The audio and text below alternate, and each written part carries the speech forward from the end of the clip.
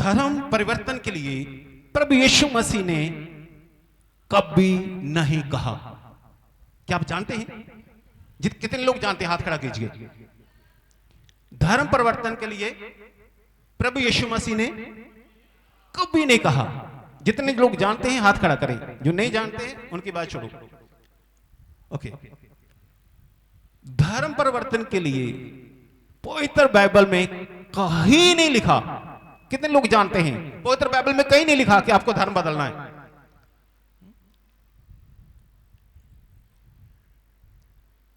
धर्म परिवर्तन के लिए पवित्र बाइबल में कहीं नहीं लिखा।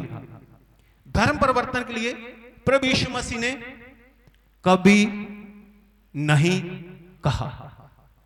प्रभु यीशु मसीह ने कभी नहीं कहा धर्म परिवर्तन के लिए। धर्म परिवर्तन के लिए 37 साल हो गए मुझे प्रभु की सेवा करते हुए। धर्म परिवर्तन के लिए मैंने कभी किसी से नहीं कहा। मैंने कभी किसी से नहीं कहा, किसी से कभी नहीं कहा। धर्म परिवर्तन के लिए हमारी चर्च ने, चमत्कार चर्च ने कभी नहीं कहा। धर्म परिवर्तन के लिए हमारी चर्च के लोगों ने भी कभी नहीं कहा। आपने कभी कहा? आपने किसी को कहा? आप लोगों ने भाई धर्म बदलो? क्यों नहीं कहते आप? क्योंकि लिखा ही नहीं है। क्योंकि बाइबल में लिखा ही नहीं है। जो ड्रेस वाले हैं, जो टीम वाले हैं, जो ज्यादा नजर आते हैं, काम कुम देखते हैं, उन्होंने भी किसी भी व्यक्ति को धर्म परिवर्तन के लिए नहीं कहा। कानूनी तौर पर जो संविधान आज्ञा देता है उसके लिए भी कभी नहीं कहा। भैया कानूनी तौर पे तो जो करना चाहे कलेक्टर साहब को दे, लिख कर और वो करे, लेकिन कभी नहीं, कभी नहीं कहा। और एक बात और आपसे कहता हूं, मैंने सुना तो नहीं, लेकिन फिर भी अगर कोई चर्च, अगर कोई पास्टर आपको धर्म परिवर्तन के लिए कहे तो उसके पास मत जाना। उसके पास मत जाना। क्योंकि जब प्रभु यीशु मसीह नहीं कहते तो इसका मतलब वो गलत शिक्षा दे रहा है, जो कह रहा है कि आपको धर्म बदलना है। और कोई व्यक्ति आपसे कहे, आप लोगों से कहे, कोई व्यक्ति ड्रेस वालों से, टीम वालों से कोई कहे भी मैं धर्म बदलना चाहता हूं, मुझे तो चमत्कार चर्च में ले चलो, मैं धर्म बदलना चाहता हूं, हाथ जोड़िए, पैरी हाथ लगाइए, उसको कहे भी हमसे दूर ही रहे तुम। क्योंकि हम ऐसे लोगों से नफरत करते हैं। कोई भी व्यक्ति, कोई भी आपको मिले, हाँ जी मैं बहुत बीमार हूं और मैं धर्म बदलना चाहता हूं, बीमारी का धर्म के साथ कोई रिश्ता नहीं भी मैं धर्म बदलना चाहता हूं। जो ईसाई हैं, जो क्रिश्चियन हैं, वो बीमार नहीं होते क्या? जो ईसाई है, बॉल इलाके ईसाई हैं, बहुत से एरिया यहां पर ज्यादा क्रिश्चियन लोग हैं, वो बीमार नहीं होते? होते हैं। उनको भी प्रभु यीशु मसीह की जरूरत है, ईसाइयों को भी, और हमें भी प्रभु यीशु मसीह की जरूरत है। तो कोई भी व्यक्ति कहे कि मुझे धर्म बदलना है, ऐसे व्यक्ति को चर्च में मत लेकर आइए। कोई कहे मुझे धर्म बदलना है, ऐसे व्यक्ति से संगति मत रखिए। मैं आपसे ये कहता हूं, कोई आपका दोस्त, आपका मित्र है, पहले उसे हल्का सा समझा दो भी बाइबल में ऐसा नहीं लिखा, फिर भी वो कहे नहीं नहीं मुझे धर्म बदलना है, ऐसे लोगों से संगति मत करो। हालेलुया। मरकस 5 अध्याय 34 आयत पढ़िएगा। मरकस 5 अध्याय और 34 आयत।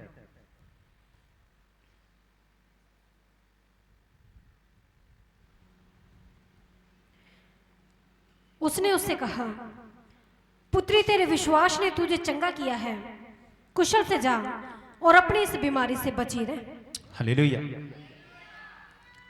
पर यीशु मसीह ने कहा, पुत्री, वो जो 12 साल की रोगन थी, जो 12 साल से जिससे लहू बहता था, जिसने प्रभु यीशु मसीह के कपड़े को छू लिया था और वो चंगी हो गई थी, पर यीशु मसीह ने कहा, पुत्री, अब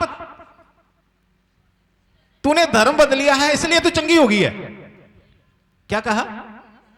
कि तूने धर्म बदल लिया, अब तू चंगी हो गई है। कहा? आवाज आ रही है पीछे? ओके। पर यीशु जी ने नहीं कहा। पर यीशु जी ने कहा, फिर से पढ़ो। प्रभु यीशु ने उससे कहा, पुत्री तेरे विश्वास ने तुझे चंगा किया है। पुत्री, तेरे विश्वास ने तुझे चंगा किया है। तेरे धर्म बदलने ने तुझे नहीं चंगा किया, तेरे विश्वास ने तुझे चंगा किया है। कुशल से जा, कुशल से जा और अपनी इस बीमारी से बची रहे। अपनी इस बीमारी से बची रहे। किसने चंगा किया? विश्वास ने। किसने चंगा किया? विश्वास ने। विश्वास ने चंगा किया। लूका 7 अध्याय 50 आयत पढ़िएगा। लूका 7 अध्याय और 50 आयत। चंगाई मिलती है विश्वास से, चंगाई धर्म बदलने से नहीं मिलती। समझ रहे हैं? आप तो समझे हुए हैं, इसलिए समझा रहा हूं ताकि आप दूसरे लोगों को समझा सकें। चंगाई मिलती है विश्वास से, धर्म बदलने से चंगाई नहीं मिलती। लूका 7 अध्याय 50 आयत। प्रभु यीशु ने उससे कहा, तेरे विश्वास ने तुझे बचा लिया है, कुशल से चली जा। पर यीशु जी ने कहा, तेरे विश्वास ने तुझे, जो तूने धर्म बदल लिया है इस कारण से तू बच गई।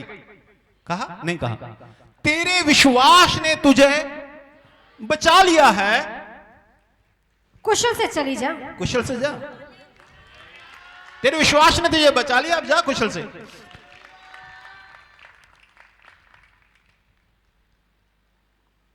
इसके जीवन में पाप था और वो पाप क्षमा हुए।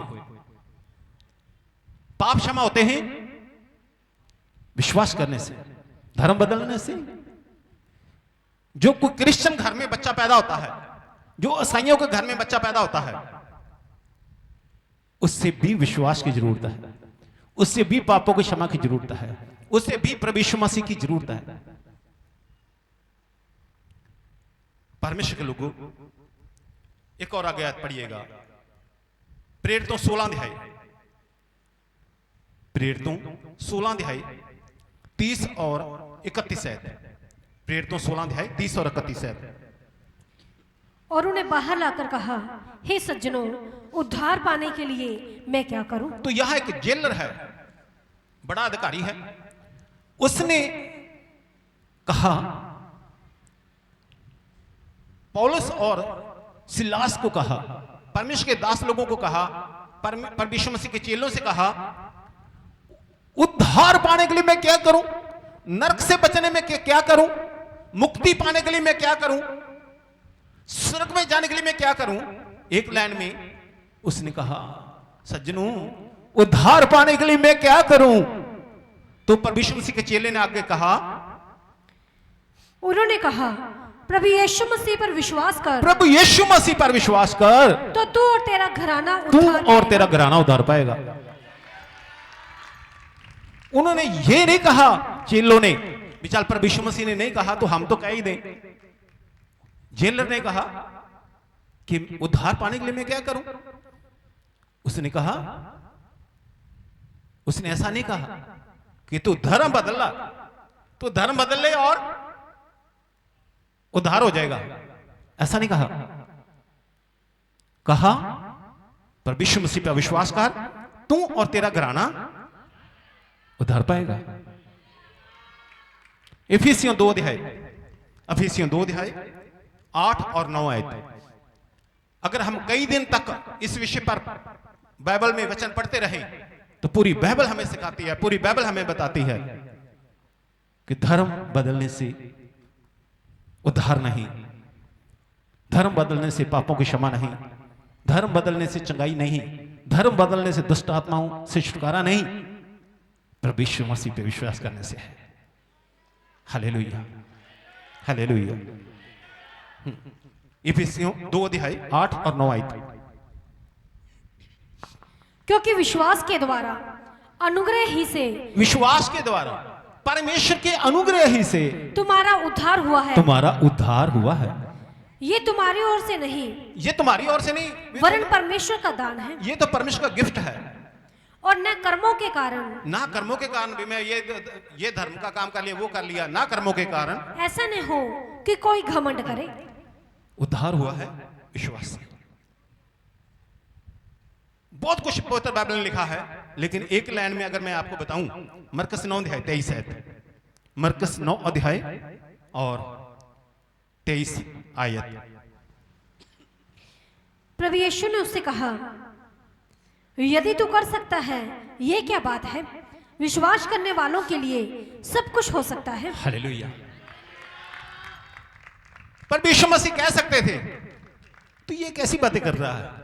धर्म बदलने वालों के लिए सब कुछ हो सकता है, पर यीशु मसीह कह सकते थे। और वो कहता, हाँ हाँ, मेरे बच्चे को मैंने तो बचाना है, मेरा बच्चा तो मिर्ग गया और सूख रहा, मुंह से झाग निकल रही है, गूंगा भी बहरा भी है, इकलौता मेरा बेटा है, चंगा हो जाए। पर यीशु जी आप कहोगे तो मैं धर्म बदलता हूं? नहीं कहा।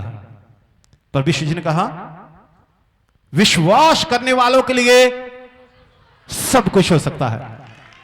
विश्वास करने वालों के लिए। और विश्वास कौन करे? सब लोग कर सकते हैं।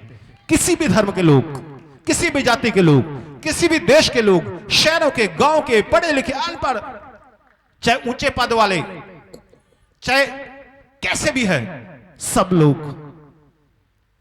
विश्वास करने वालों के लिए सब कुछ हो सकता है। धर्म बदलने वालों के लिए नहीं लिखा कि धर्म बदलने वालों के लिए ये हो जाएगा। कई बार कई मैसेज करते हैं, कई बार कई फोन करते हैं कि पास्टर जी, बिशप जी, जो भी वो संबोधन करना है, अगर हम धर्म बदलें तो हमें क्या फायदा होगा, हमें क्या लाभ मिलेगा? हम लोग हंसने लग जाते हैं। हमें पता होता है भी वो ना समझ लोग हैं। मैं कहता हूं धर्म बदलने कुछ नहीं होगा, कुछ फायदा नहीं होगा। आपको पता है हमारी चर्च में एक रूल है। रूल ये कि मैं तो सब कलीसिया वालों को, आज से 25 साल पुरानी कलीसिया से पूछ लीजिएगा, अगर आप नए हैं तो, मैंने सबको कहा हुआ है, कोई भी किसी बात के लिए मुझसे उधारे पैसे मत मांगना। मैं आपके लिए प्रार्थना करूंगा, स्वर्ग की खिड़कियां खुलेंगी, आपका परमेश्वर इंतजाम करेगा, मैं नहीं। शुरू में किसी ने कभी कहा होगा भी मैंने तो टेम्पो की किस्त भरनी है, मैंने उसकी किस्त भरनी है, आज दे दो, 2 दिन बाद दे देंगे। लेकिन मैंने कहा नहीं, ना उधारा दो ना उधारा लो। आपका भरोसा इस बात पे रह जाएगा। परमेश्वर से मांगो और उसे वापस देने भी नहीं पड़ेंगे, उसे वापस भी नहीं देने। परमेश्वर से मांगे, मुझसे उधारे मांगेंगे तो आपको वापस देने पड़ेंगे। तो इसलिए परमेश्वर के लोगों फोन करते हैं कई लोग कि अगर हम धर्म बदलेंगे तो हमें पैसा मिलेगा। मैंने कहा हम तो उधारा भी नहीं देते किसी को। जो हमारे 20 साल पुराने जानकार है, पहचान वाले हैं, इतने साल पुराने, 25 साल पुराने भी हैं, उनको नहीं हम उधारा देते। तो तेरे तू धर्म बदलेगा तो तुझे क्या देना? अगर तू प्रार्थना के लिए मुझे बुलाएगा अपने घर तो तुझे देने पड़ेंगे खर्चा, मेरी गाड़ी का खर्चा भी देना पड़ेगा। अपने घर बुलाएगा तो मुझे प्रार्थना के लिए। परमेश्वर के लोगों, आपके ये बात पक्का निश्चय होनी चाहिए। आप सब लोग एक दूसरे से पूछिए, प्रार्थना के बाद एक दूसरे से मिलिए, अकेले अकेले मिलिए, अकेले अकेले पूछिए क्या बिशप जी ने आपका धर्म बदला? और आपको तो पता ही है सब बातें, क्या कहूं, जो 20 साल 25 साल से पुराने हैं, उनका नहीं बदला। दूसरी बात, मैं तुम्हें चंगा कर सकता हूं, मैंने आपको कभी नहीं कहा मैं तुम्हें चंगा कर सकता हूं, हमने कभी नहीं कहा। समझे? मैं तुम्हें, यानी कि एक पास्टर, बेशक जो भी कहे, चरवाहा, पास्टर, परमेश्वर के लोग, मैं तुम्हें चंगा कर सकता हूं, हमने कभी नहीं कहा। मैंने कभी नहीं कहा।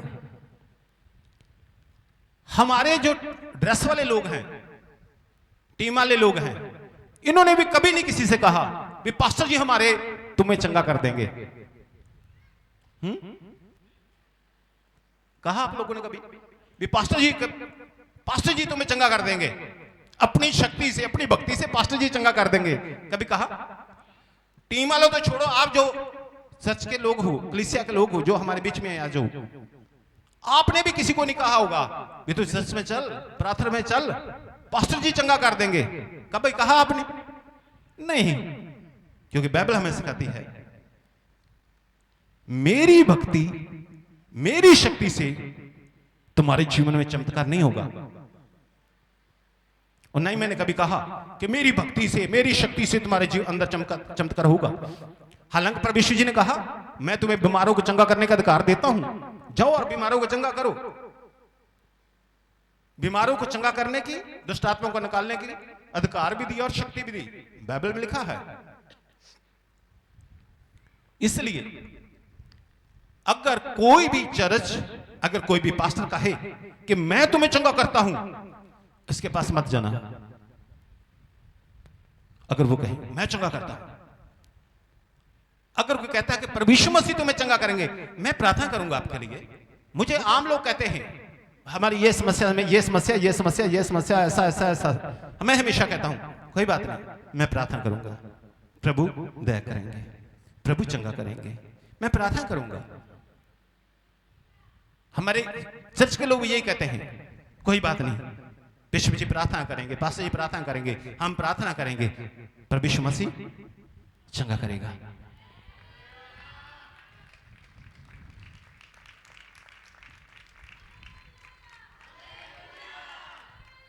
प्रेरितों 3 अध्याय, प्रेरितों के काम 3 अध्याय, उसकी 12 आयत पढ़िएगा। प्रेरितों के काम 3 अध्याय और उसकी 12 आयत। ये देखकर पतरस ने लोगों से कहा, हे इस्राएलियों, तुम इस मनुष्य पर क्यों आश्चर्य करते हो और हमारी ओर क्यों इस प्रकार देख रहे हो कि मानो हम ही ने अपनी सामर्थ या भक्ति से इसे चलने फिरने योग्य बना दिया। हाँ, आप जानते हैं घटना यहाँ क्या हुई। एक जन्म का लंगड़ा था, वो भीख मांगा करता था। पतरस और यूहन्ना उसके पास गए। पतरस ने कहा सोना चांदी तो मेरे पास नहीं, प्रभु यीशु मसीह के नाम से उठ और चल फिर। एकदम उछलने लग गया, वो जन्म का लंगड़ा चंगा हो गया। तो इजरायली लोग जो वहां थे वो सब बड़े हैरान होकर किसको देखने लगे? पतरस यूहन्ना को। जब उसकी ओर देखने लगे, भीनों ने तो कमाल कर दिया। तो पतरस ने कहा हमारी ओर ऐसे कैसे देख रहे हो? मानो आप मतलब हमारी ओर इस प्रकार देख रहे हो मानो हमने अपनी शक्ति से या अपनी भक्ति से चंगा कर दिया। हमने अपनी शक्ति अपनी भक्ति से चंगा नहीं किया। 16 आयत पढ़िएगा। उसी के नाम में, उस विश्वास के द्वारा, उसी के नाम में, यानी कि ये जो चंगा हुआ है, चमत्कार हुआ है प्रभु यीशु मसीह के नाम में, उस विश्वास के द्वारा, उस विश्वास के द्वारा जो उसके नाम पर है, जो प्रभु यीशु मसीह के नाम पर है, इस मनुष्य को जिसे तुम देखते हो हाँ, और जानते भी हो सामर्थ्य है, सामर्थ्य है और चंगा हो गया है। प्रभु यीशु मसीह के नाम से, प्रभु यीशु मसीह पे विश्वास करने के द्वारा ये चंगा हुआ है। तो बाइबल साफ और स्पष्ट कहती है, इसलिए आप सब लोग इस बात की ओर आपको पता होना चाहिए। अगर आप हमारे बीच में कोई पहली बार आए हैं तो भी आपके लिए मैं प्रार्थना करूंगा, चिंता ना कीजिए। लेकिन ये बातें मुझे सब लोगों को एक बार करना, समझाना जरूरी है। तीसरी बात,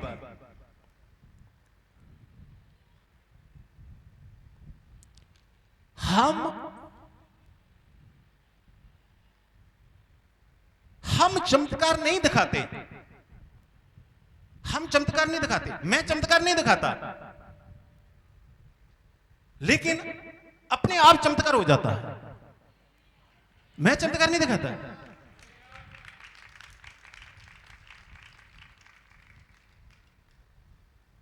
मान लो कोई व्यक्ति है, कोई बीमार है, अभी आज ही वो बता रहे थे 3 पथरियां थी और वो जन सेवा हॉस्पिटल में उसे लेकर गए ऑपरेशन के लिए।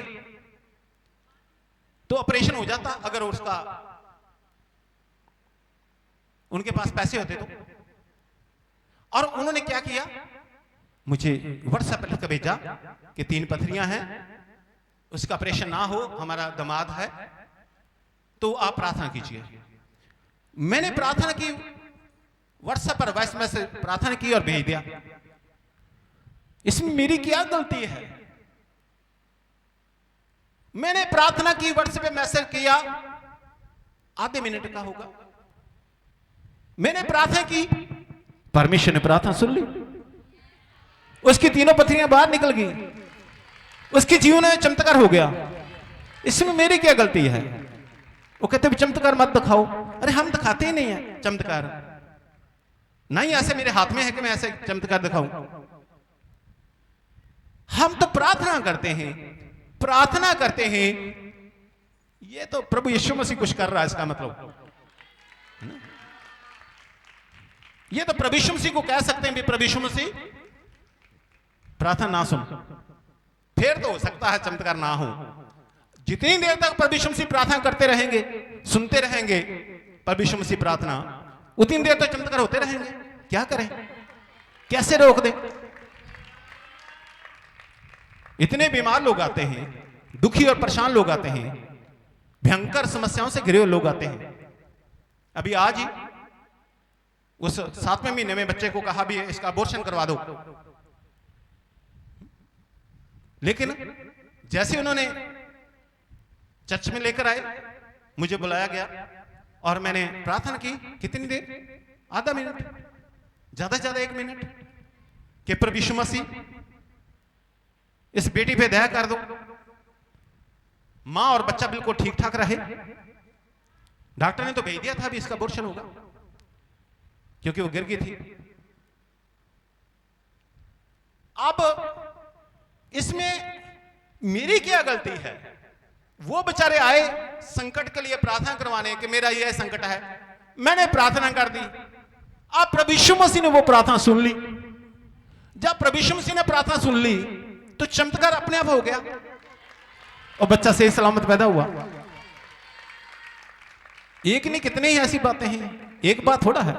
आप सबके जीवन में आपके गवाहियां हैं, कितने बड़े बड़े परमेश्वर ने चमत्कार किए हैं। फिर याकूब 5 अध्याय 14 आयत में लिखा हुआ है कि कोई रोगी है तो परचीनों को अपने घर बुलाए और तेल लगाकर प्रार्थना करें तो रोगी बच जाएगा। अब हमने क्या किया? तेल के ऊपर सीलबंद तेल है, सीलबंद तेल है, सीलबंद तेल के ऊपर प्रार्थना कर दी कि प्रभु यीशु मसीह जी ये तेल जहां इस्तेमाल हो उनके लाभ के लिए हो, बीमारियों के कारण लगाए तो बीमारियां चंगे हों, दुष्ट आत्मा के लिए इस्तेमाल करें तो दुष्ट आत्मा निकले, लोग नशे से आजाद हो जाएं, लोगों का जीवन बदलें, लोग आशीष पाएं, और भी बड़ी बातों के लिए। अब 1-2 मिनट की प्रार्थना कर दी। अब कोई वहां से तेल ले जाता, सीलबंद है, और वहां से तेल ले लेता है, जितने का आपको वहां से मिलेगा बाजार से उतने का लेते हैं हम लोग, प्रार्थना के पैसे नहीं लेते। तो अब आपने तेल लगा लिया और आप चंगे हो गए, आपकी समस्या खत्म होगी, आपकी परेशानियां दूर होगी। इसमें हमारी क्या गलती भाई? चमत्कार तो परमेश्वर मसीह ने कर दिया। कितने लोग आप जब यहां पर अपनी समस्याओं को लेकर आते हैं, हम सिर्फ प्रार्थना करते हैं, चमत्कार तो वो गीत भी था एक, चमत्कार तो अपने आप ही हो जाता है। हालेलुया। अब प्रेरित 19 अध्याय 12 आयत, प्रेरित 19 अध्याय 12 आयत में लिखा है कि पलूस से कपड़ों के साथ ऐसे रुमाल ऐसे लेकर ऐसे करके, पलूस जो प्रभु यीशु मसीह का चेला, ऐसे कपड़े उसके कपड़ों से ऐसे ले जाते थे रुमाल, और जाके वो रुमाल दुष्ट आत्मा जिसके ऊपर होती थी उसके ऊपर रुमाल रख देते थे। कोई बीमार होता था तो ऐसे जाके रुमाल उसके ऊपर लगा देते थे, तो बीमार चंगा हो जाता था, दुष्ट आत्मा निकल जाती थी, प्रभु यीशु मसीह चंगा करते थे। अब पौलुस की बेचारे की क्या गलती, उसकी थोड़ा गलती है। कोई आ रहा है, कपड़े को छू लिया, कोई आ रहा है और उसके सिर पे हाथ रख दिया, टच कर दिया, सिर पे हाथ रख दिया, और परमेश्वर ने उसके जीवन में चमत्कार कर दिया। इसमें पास्टर बेचारा क्या करे, प्रभु यीशु मसीह को कैसे रोके बिना ना। परमेश्वर के लोगों, आपको इस बातों को समझना है। Hallelujah, hallelujah. एक बात और है, चौथी बात, आम बात ये सुनते हैं कि जो पास्टर लोग हैं, हम लोग जाने के पास्टर लोग भोले भाले कम पढ़े लिखे लोगों को बहका लेते हैं, फुसला लेते हैं, ब्रेन वॉश कर देते हैं इनका। किसका? कम पढ़े लिखे लोग जो हैं, भोले पाले लोग हैं, उनका। भोले पाले लोग कम पढ़े लिखे लोगों का ब्रेन वॉश करते हैं, उनको अपने साथ मिलाते हैं जो कम पढ़े लिखे हैं। मैं आपको बताऊं, मैंने IAS अफसर के लिए भी प्रार्थना की है, वचन सुनाया है। IPS को भी मैंने वचन सुनाया है और प्रार्थना की है। एक जगह हम गए थे, वहां IFS था, जो फॉरेन में से वो करते हैं, सर्विस करते हैं, IFS अफसर, उनके लिए भी मैंने प्रार्थना की, वचन सुनाया। सेना के बड़े अधिकारी यहीं पर थे, मुझसे रिक्वेस्ट की, लेटर लिखकर, एडम कमांडर जो सारी छावनी को देखता है, उसके लिए उनके घर में कई बार मुझे बुलाया गया, प्रार्थना की उनके लिए। मेरे पास कितनी बार मैंने प्रार्थना की। देखो, जो IAS यानी कि कलेक्टर लग जाता है, जो SP लग गया, IPS है, जहां IFS अफसर होते हैं, जो जहां सेना के बड़े अधिकारी होते हैं, क्या वो पढ़े लिखे नहीं हैं? क्या वो कम पढ़े लिखे हैं? क्या वो भोले वाले हैं? वो क्यों फिर प्रभु यीशु मसीह को मानते हैं? क्यों वो प्रभु यीशु मसीह पर विश्वास करते हैं? वकील, सेशन कोर्ट के वकील, हाई कोर्ट के वकील, चलो कहते नहीं ज्यादा पढ़ा लिखा, ज्यादा बड़ा वकील, तो फिर सुप्रीम कोर्ट के, माननीय सुप्रीम कोर्ट के जो वकील हैं, उनमें से बहुत से ऐसे लोग हैं जो प्रभु यीशु मसीह की उपासना करते हैं। क्या वो कम पढ़े लिखे हैं? बड़े बड़े टीचर, क्या वो भोले पाले हैं, कम पढ़े लिखे हैं, जो प्रभु यीशु मसीह की प्रार्थना करते हैं, जो उनको बहका दिया पास्टरों ने? सुरक्षा एजेंसियों के अधिकारी, फिल्मी जगत के कलाकार, फिल्मी जगत के एक्टर, प्रोड्यूसर जो हैं, वो कम पढ़े लिखे हैं, भोले पाले हैं। वो देशों से पढ़कर कहीं आए हुए, देश को चला रहे हैं जो नेता, बड़ी बड़ी पढ़ाइयां की हैं, वो प्रभु यीशु मसीह की उपासना करते हैं। क्या वो कम पढ़े लिखे हैं? बड़े बड़े डॉक्टर हैं, कम पढ़े लिखे हैं कहीं? बड़े बड़े पत्रकार हैं जो प्रभु की उपासना करते हैं, वो कम पढ़े लिखे हैं? और माननीय सुप्रीम कोर्ट में एक जज के बारे में मुझे जो जानकारी है, जो ऑनरेबल जो जस्टिस हैं, माननीय जज साहब हैं, जॉर्ज ऑगस्टिन मसीह उनका नाम है। तो ये कहना भी कम पढ़े लिखे लोगों को ये क्या करते हैं, बहका देते हैं, उनको बातों बातों में ले लेते हैं, तो ये तो कम पढ़े लिखे हैं ना।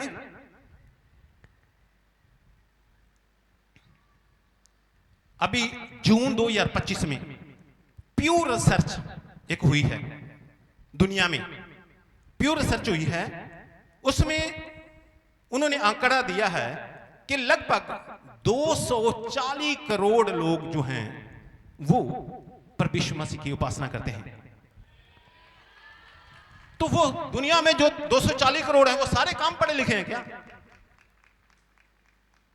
सब वो भोले भाले ही हैं। सबसे ज्यादा प्रभु यीशु मसीह की उपासना करने वाले लोग हैं तो वो ही भोले भाले हैं। फिर तो बात तो बस ये है कि यहां बड़े बड़े अधिकारी, बड़े बड़े लोग प्रार्थना जहां पर चर्चों में जाते हैं वहां तो कुछ लोगों की दाल नहीं गलती, यहां बेचारे गरीब भोले भाले होते हैं,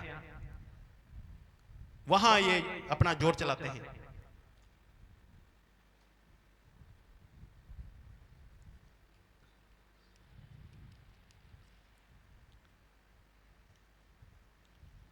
पांचवी बात,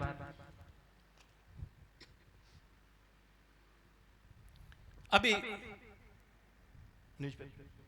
एक दो दिन पहले अखबार ने एक बड़ा सा खबर छापी, ऐसा हो रहा, ऐसा हो रहा, ऐसा हो रहा, और लिखा उसने जनगणना के आंकड़ों में भी गंभीर संकेत मिले हैं। गंभीर संकेत क्या मिला? 30 सालों में कितना? 30 सालों में 748 लोग जो हैं वो क्रिश्चियन बन गए। 30 सालों में, यानी कि पहले वो जो 1329 थे वो 748 और जुड़ गए। तो जो 1329 से 30 सालों में क्या उनकी कोई शादी नहीं हुई होगी? उनके बच्चे नहीं आगे हुए होंगे जो क्रिश्चियन हैं? साउथ इंडिया से यहां आए हुए हैं गंगनाथ जिले में, जो बैंकिंग सेक्टर में हैं, चिकित्सा में हैं, शिक्षा में हैं, तो वो भी यहीं आ जाते हैं, यहीं बस जाते हैं, वोट बनाते हैं, नाम यहीं उनका जुड़ जाता है। तो 748 लोग, तो इसको कहते बड़ी गंभीर समस्या।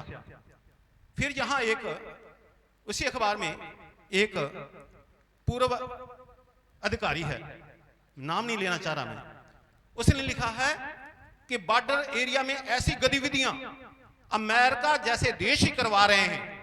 कौन करवा रहा है? अमेरिका। अब मैं अमेरिका का वीजा मांगू तो मुझे देंगे ना? तो मैं पढ़कर सुनाना चाह रहा हूं कि उसने क्या लिखा।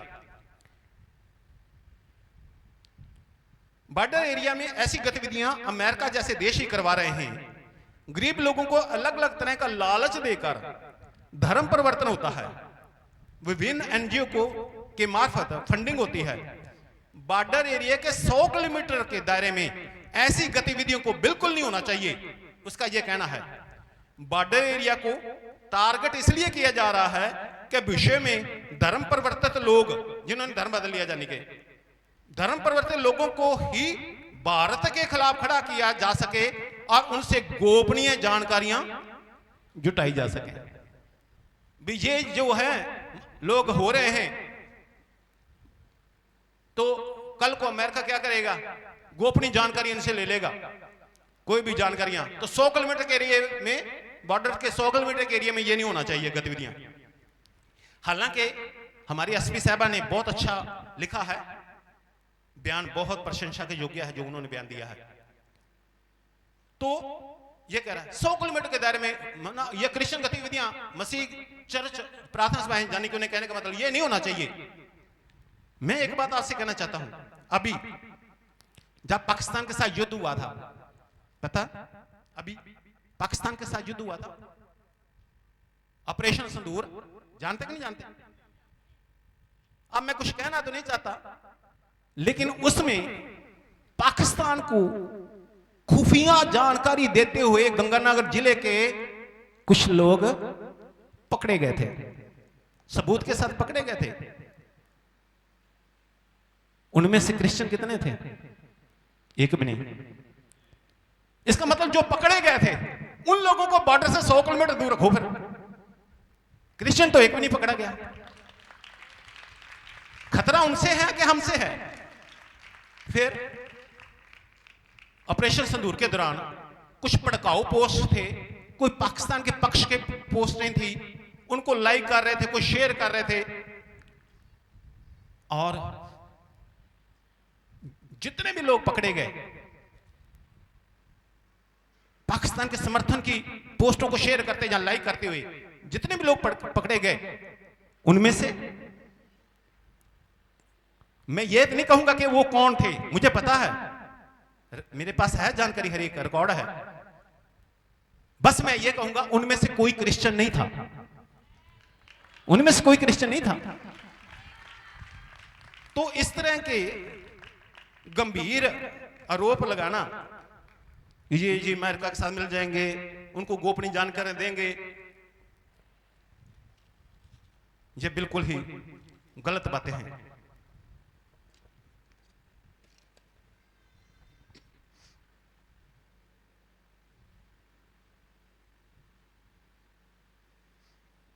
देखिए, अभी 9 सितंबर को विधानसभा में एक बिल पास हुआ है, कानून पास हुआ है, धर्म परिवर्तन विरोधी जो बिल पास हुआ है। तो अभी उस पर राज्यपाल के सिग्नेचर होने, साइन होने बाकी हैं। जैसे वो कानून बनेगा तो बहुत सारे लोग बैठे हुए हैं, उस कानून को चैलेंज करेंगे माननीय हाई कोर्ट में भी और माननीय सुप्रीम कोर्ट में भी। हम तो हमेशा सरकार के साथ चलते हैं, हम तो हमेशा सरकार का सहयोग देते आए हैं और आगे भी देते रहेंगे। लेकिन बहुत से लोग इस कानून के खिलाफ, दो आपत्तियां हैं विशेष। एक ये कि जो झूठी शिकायत करता है उसका क्या होगा, झूठी शिकायत करने वाले को भी दंड मिले, ये एक प्रावधान होना चाहिए था। और दूसरा, इन्होंने क्या कर दिया, मान लो ये जो बच्चे लोग हैं, मान लो ये किसी घर में बैठे हैं या एक जगह पे घर में बैठे हैं, कहीं भी बैठे हैं, ये 4-5 लोग इकट्ठे होकर प्रार्थना कर रहे हैं। कोई तीसरा बंदा गली से ऐसे जा रहा है, उसको पता चला ये प्रार्थना कर रहे हैं, तो वो तीसरा बंदा जो कह देगा अरे इसने उसका धर्म बदल दिया, उसने इसका धर्म बदल दिया, किसी का भी नाम ले लेगा, अरे इसने धर्म बदल दिया, तो उस पर कार्रवाई होगी। किस पर? इन पर। वो तीसरा बंदा ना उसको जानता, ना उसको जानता, ना ये उसको जानते हैं, ना वो इनके पास्टर को जानता है। वो बंदा गली, उसको आइडिया हो गया, अरे अच्छा यहाँ तो सत्संग हो रहा है, जहाँ प्रार्थना हो रही है, यहाँ लोग 5-7 लोग इकट्ठे हुए हैं, तो वो कोई भी जाता जाता कह देगा अरे ये धर्म बदल रहे हैं, तो पुलिस उसको नहीं, इसको इनको लेके जाएगी, भैया धर्म बदल रहे हो तुम, इनको प्रूफ देना पड़ेगा। नहीं भी नहीं, ये सब कहेंगे ना हमने तो ना बदला है, ना ही हम लोग यहां बदल रहे हैं, हम तो बैठ के प्रार्थना कर रहे हैं 5-7 लोग जो भी हैं, क्योंकि उस बंदे ने कह दिया, इसलिए केस दर्ज भी हो सकता है। तो वो कौन, तीसरा बंदा कौन, ऐसे ही खामखा कोई भी वहां है। तो ये जो है उसके अंदर जो लिखा है, उसके लिए भी जो है इस बात को भी जो चैलेंज किया जाएगा, ताकि इस बात को भी कानून से हटाया जा सके। हालेलुया।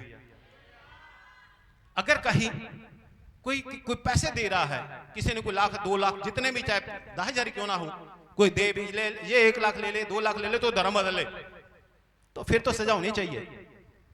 लेकिन मैंने 37 साल के जीवन में मैंने नहीं देखा, ना तो कोई मुझे पैसे देने आया, ना मैं कभी किसी को देखा पैसे देते हुए।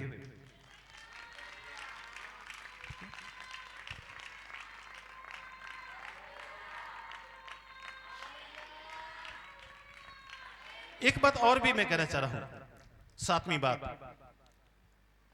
कुछ क्रिश्चियन चैनल हैं, यूट्यूब चैनल, फेसबुक में भी होंगे, मैंने नहीं देखा, लेकिन यूट्यूब चैनल है क्रिश्चियन यूट्यूब चैनल, कई पंजाब के हैं और कई थोड़ा और आगे के भी होंगे।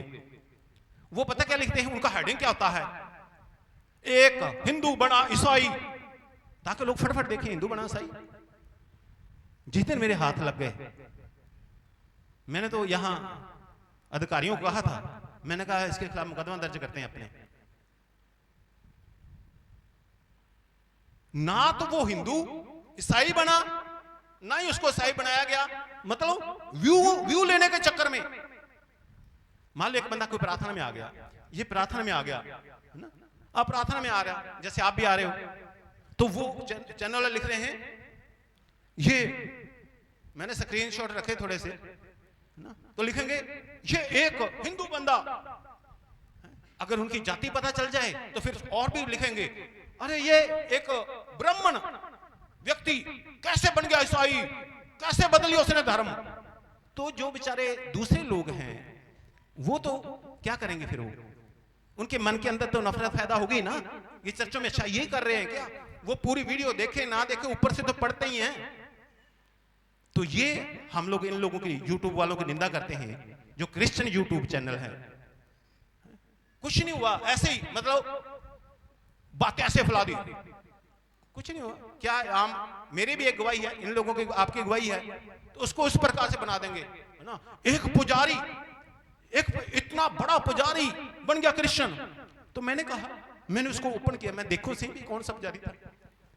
तो जैसे मैं हूं ऐसे और भी बहुत से लोग हैं जो देखते हैं, उनके व्यू बढ़ जाते हैं, बस उनको वही तो चाहिए, तो उसके अंदर कुछ भी ना। तो ऐसी भड़काऊ जो हैं हेडिंग डालते हैं क्रिश्चियन यूट्यूब चैनलों में, हम निंदा करते हैं, और ऐसा बिल्कुल नहीं होना चाहिए।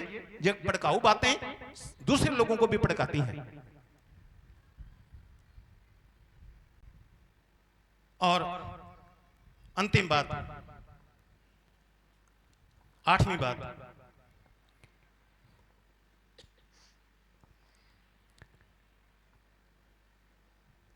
मैं एक दिन,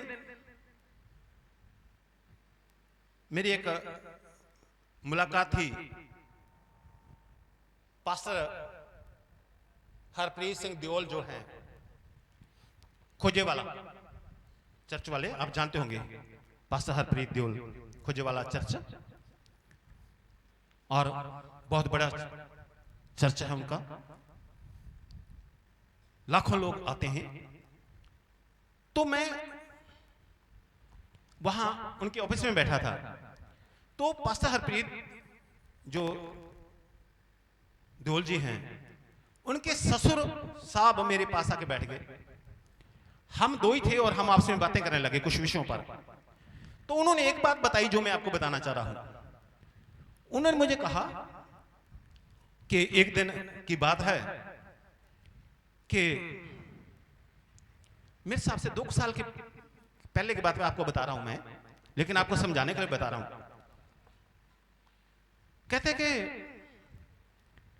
एक पास्टर था, और वो पास्टर किसी संगत वाले के घर गया, नए नए बंदे थे, कोई उनके घर गया।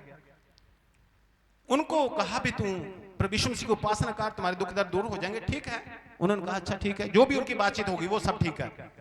लेकिन उसने, पास्टर ने क्या किया, उस पास्टर ने उनके घर में जो सिख गुरुओं की फोटोएं लगी थी उसको उठाकर गली में डाल दी, गेट के बाहर से डाल दी। अरे जो आप नहीं, अगर किसी फोटो को आप नहीं पूजना चाहते तो आप जाइए पानी में रखिए, जहां उसको अच्छी जगह पे रखें। मतलब ये नहीं कि आप वैसा करें जिससे माहौल खराब हो। उसने बाहर गेट के बाहर डाल दी। किसने? किसने?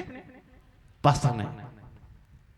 अब अभी ऐसे डाली है, उतनी देर को कुछ निहंग निकले गली में, और निहंगों ने ऐसे देख लिया और उनको पूछा, हाँ भाई ये किसने डाली?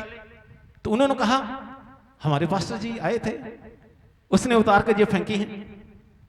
उन्होंने कहा फोन मिला के दो, उससे बात की, और उन्होंने कहा पास्टर को, आज रात तुझे तलवार से काटेंगे, आज रात तेरी आखिरी रात है, आज रात तू जिंदा नहीं बचेगा, तूने ऐसा बेअदबी की है। तो ऐसी बात फैल गई और वो अब डर रहा है भी, ये तो निहंग हैं और ये आएंगे और मुझे तो काट डालेंगे, मार डालेंगे। उसने क्या किया, वो बात निकलती पास्टर दियोल का जो ससुर जी है उसके पास पहुंच गई, और वो बड़ा आदर योग्य बंदा है पास्टर दियोल के ससुर जी। तो उसके पास पहुंच गई। जब उसके पास गई, उसने पास्टर से कहा ऐसा है, चुप करके तू उन लोगों से माफी मांग ले, सिख लोगों से, तो तेरी जान बच जाएगी, नहीं तो तुझे तो ये काटेंगे, मैं भी नहीं बचाऊंगा। तो उसने कहा अच्छा ठीक है जी, मैं क्या करूंगा, माफी मांग लूंगा। तो इस सीनियर बंदे ने कहा उन्होंने निहंग सिंहों से भी ऐसा है, तुम ज्यादा भीड़ इकट्ठी ना करना, तुम 5-7 लोग आ जाना, ये 5-7 लोग आ जाएंगे और एक जगह पे जो जगह दी वहां आ जाना, और वो पास्टर आपसे माफी मांगेगा, क्योंकि इसमें हम भी मानते गलती है और मैं भी मानता हूं ये गलती है, ऐसा नहीं करना चाहिए था। तो वो सुबह इकट्ठे हुए, जैसे इकट्ठे हुए वो मुझे बता रहे थे, कहता जब वो आया बंदा, पास्टर आया, उसने देखा कि ये तो 4-5 लोग ही हैं, तो 4-5 तो मेरे साथ भी हैं, तो वो अकड़ गया, कहता मैं क्यों माफी मांगू, मैं तो नहीं माफी मांगता भी। उसने कहा भी ज्यादा अगर ये निहंग सिख होंगे तो फिर तो माफी मांगूंगा डरता डरता, ये तो है 4-5 है तो मैं क्या मैं तो नहीं माफी मांगता। तो पास्टर का पिता ससुर जो है वो कहता फिर मैंने पास्टर को पकड़ लिया और मैंने फिर पीटना शुरू कर दिया। जब मैंने खड़काई है उसके, तो कहता वो जो बेचारे निहंग सिख थे वो मेरा हाथ पकड़ने लगे भी अब बस अब छोड़ दो, बस अब छोड़ दो, अब छोड़ दो, अब छोड़ दो। कहता मैंने अच्छे से पीटा और वो बात खत्म हुई। मेरे कहने का मतलब कोई भी टीम वाला, कोई भी हमारे चर्च का बंदा, कोई भी पास्टर ऐसी किसी प्रकार की कोई भी गलत हरकत ना करे जैसे इसने की है।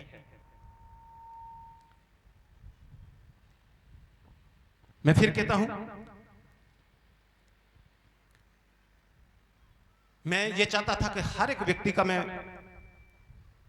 रिकॉर्डिंग में बयान लूं, लेकिन समय बहुत ज्यादा हो गया है, इसलिए नहीं।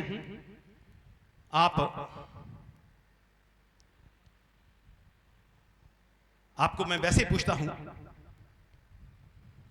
क्या आपको प्रार्थना सभा में, आप प्रार्थना सभा में आए हैं आप लोग भी, क्या आपको प्रार्थना सभा में जबरदस्ती बुलाया जाता है क्या? किसी को भी जबरदस्ती बुलाया जाता है तो वो आगे आकर यहां लाइव आकर बयान दे सकता, हाँ जी मुझे जबरदस्ती बुलाते हैं, नहीं तो तलवार से मार देंगे, ऐसा कर देंगे, ऐसा कर देंगे, ऐसा कर देंगे, जबरदस्ती मुझे बुलाते हैं। किसी को जबरदस्ती बुलाया गया? नहीं। दूसरी बात, क्या आपको प्रार्थना सभा में लालच देकर बुलाया गया भी आपको 1 लाख देंगे, आपको 50,000 देंगे, आपको 2 लाख देंगे, आपको 5,000 देंगे, लालच देकर बुलाया गया? नहीं। आप में से लाइव मीटिंग चल रही है, आप सैकड़ों लोग बैठे हुए हो, अगर आप में से कोई भी ऐसा व्यक्ति है जिसको ये कहकर भी 1 लाख ले लेना, 2 लाख ले लेना, 50,000 5,000 ही ले लेना, तो प्रार्थना में आ जा, तो वो आगे आकर बयान दे सकता है। तीसरा और अंतिम, क्या आपने धर्म बदला है? नहीं। अगर आपने धर्म बदला है तो आपकी जगह यहां पर नहीं है, चमत्कार चर्च में नहीं है, क्योंकि हम पवित्र बाइबल के अनुसार चलने वाले लोग हैं।